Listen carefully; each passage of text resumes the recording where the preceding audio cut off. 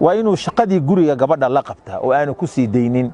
rasuulku sallallahu alayhi wasallam markay Caaisha ka warramaysay kaana fi mihnati ahlihi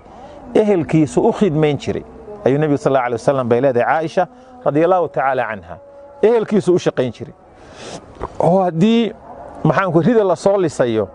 wareerka ari uu dhaqdo riyaha soo lisi jiray hadda waxa soo galaysa hadii in caana la soo qasta la rabo caani uu soo qasaya qofkii hadii la rabo in maradiisu ayuu maydhan jiray kabto haday ka goodo isaga tolan jiray meel hadii loo baahdo in la xaaro ama la fiiqo isaga habeen jiray shaqadii guriga in gabadhii xaaskiisa ahayd oo hooyadii aqalka ahayd oo arrinto dhan gacanta ku haysay in maxaan ku yiraahdaa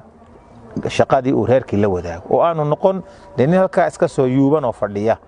oo iyadoo gabadhii hawshaysan oo laga yaabo inay ama wax masaxayso ama wax maydhayso ama wax karinayso ama qof buu ko caruurti kamid ahayso inuu yiraahdo waxa la keen raxmad baa la rabaa in xariis inuu muujiyo oo wixii uu guriga ka qaban karo aanu gabadhii ku eegan oo hadii uu marihi maydhi karo hadii uu aqalki xaaqi karo hadii uu cunto karin karo haduu shaaha soo karin karo haduu caanaha soo qasi karo haduu soo adeegi karo waxaas oo dhan shariicadu baabul ihsaanka soo galisa iyo ihsaanka iyo wanaaga iyo macaamilka wanaagsan markay aragto qofkii dumar ahayd ninkeedii oo sida noloshii u barbar taagan halkaas ay saaranaysaa hadalkiisa ay maqlaysaa dadkiisa ay ugu jeclaanaysaa noloshiisa ay jeclaanaysaa caruurtiisa ay jeclaanaysaa dadkiisa bay jeclaanaysaa ilaahay bay u bariyaysaa waa u ducaynaysaa mar walba raxmadda in la dareensiyo dumarka waa shay laga maarmaan ah turaalka in xariistaasi waa laga maarmaan sida awgeed ayaa rasuulku sallallahu alayhi wasallam Aisha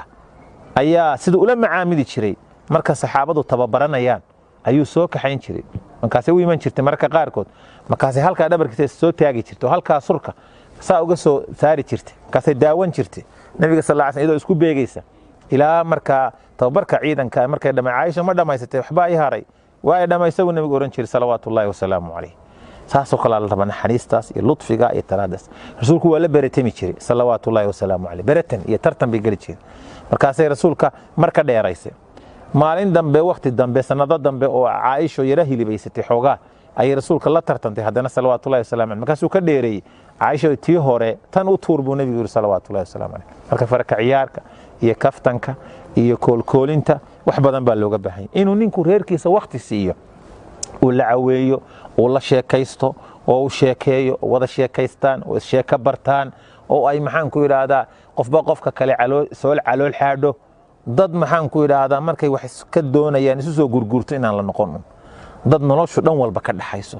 oo kaftanka iyo hilowga iyo xiisaha iyo gabadhu la tago goormaad imanaysa heblaayo waa ku soo socdaa heblaayo isna uu yiraahdo nolosha wanaagsan islaamku ogol yahay taas weeyaan وشرع إسلامك وتلمامه رسولكم صلوات الله وسلامه عليه وقاحي ويان سيدا أوجد بالنبي صلوات الله وسلامه عليه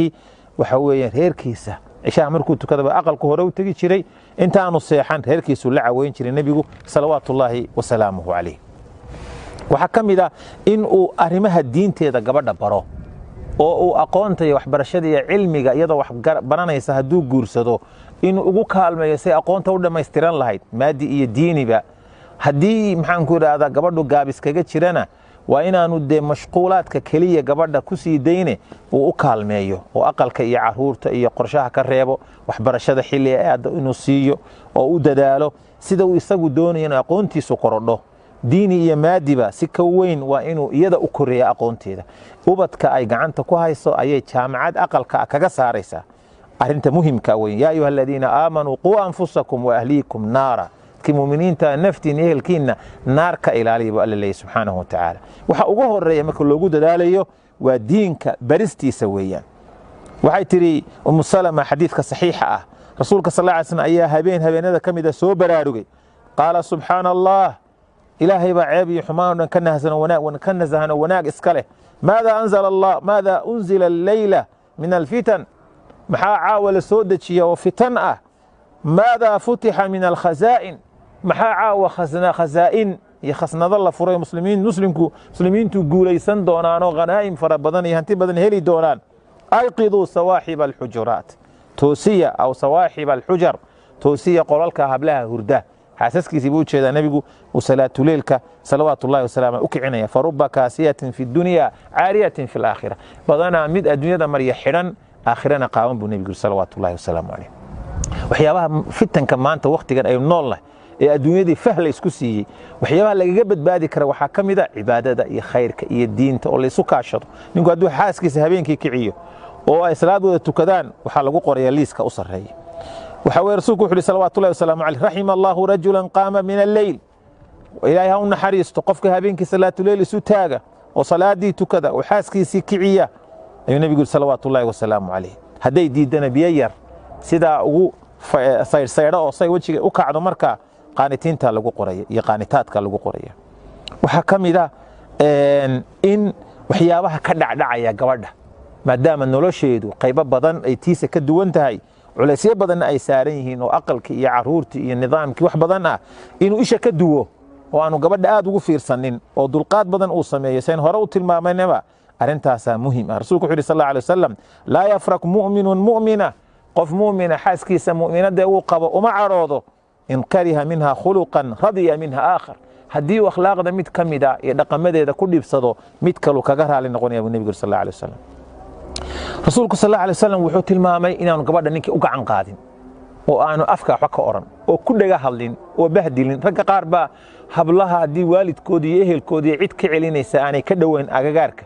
oo ama waddan fog ay jiraan ama meel kale jiraan buu gabadhii sulka isaga taagaya waa dilaya wuu laadaya hadduu rabo wuu maagaya hadal xumo iyo xaweye iyo war aan wanaagsanayn yaa iga kaa celinaya iyo ma tol baad leedahay iyo ma ehel baad leedahay iyo ma cid baa wax kugu falayso reerkiinu waa ku nacay annagaa maxaan ku idhahda kaatiga weyno ku haysanna iyo flagaado waxyaabaha moralka iyo qalbiga dilaya inaanu gabadhii kula kicin oo uu ka ilaaliyaa sharciga weeyaan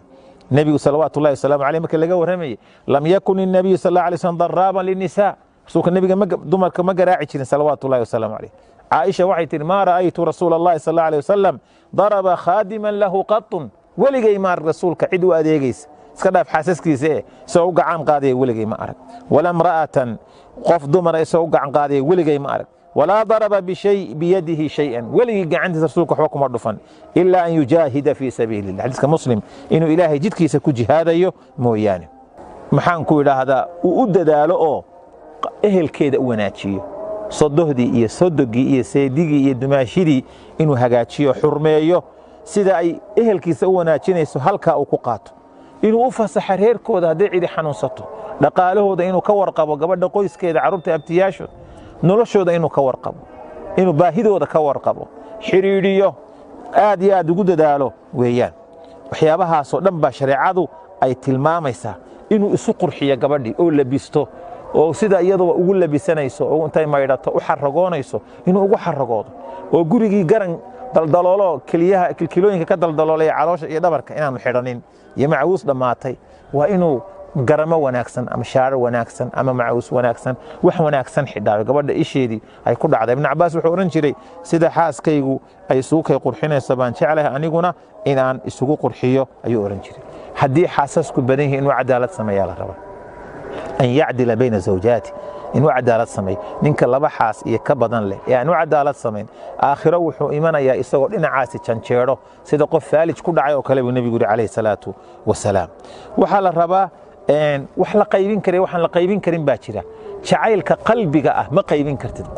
quluubta ilaahay baa gacanta ku haya laakiin dhaqanka kale ee wanaagsan waa inaad qaybisaa waa inaanay dhicin midna inaad si macaan oo wacan u dhaqdo ula hadasho midna inaad dayacdo waa inaanay dhicin waa inaad ka ilaalisaa mu'aamaraadka waa inaad ka ilaalisaa ka warsheekoodka ceebaha qof aan ceeb lahayni ma jiro adba kun ceebood baad leedahay inaad gabadha ceebaheeda ka warsheekooto inaad iska ilaaliso inaad u ducayso markaad sujuudsantahay markaad ilaahay baryayso in ilaahay xaaska kuu hagaajiyey inaad ku tidhaahdo iyadii dhagaheeda maqashiiso ilaahay baa mahad iskale waan u mahad celinayaa xaaskayga kaa dhigay oo xila iga kaa dhigay oo isu keenay alla alxamdulilah ilaah baa mahad iskale awlaad alla iga kaa siiyey aan kula noolay ilaahay baan ugu mahad celinayaa nasiibka ilaahay baa i siiyey subxaana wa tacaala qof nasiib la adigoo kale ku hela hadallo wanaagsan oo qalbiga gabadha taabanaya markay bugto bugtadeeda inaad xil weyn iska saarto inaad isdul taagto tiraa sidee tahay iska waran waa meelaha kaarjabin ka soo iibsay oo dhakhtar maxaad u tegi weyde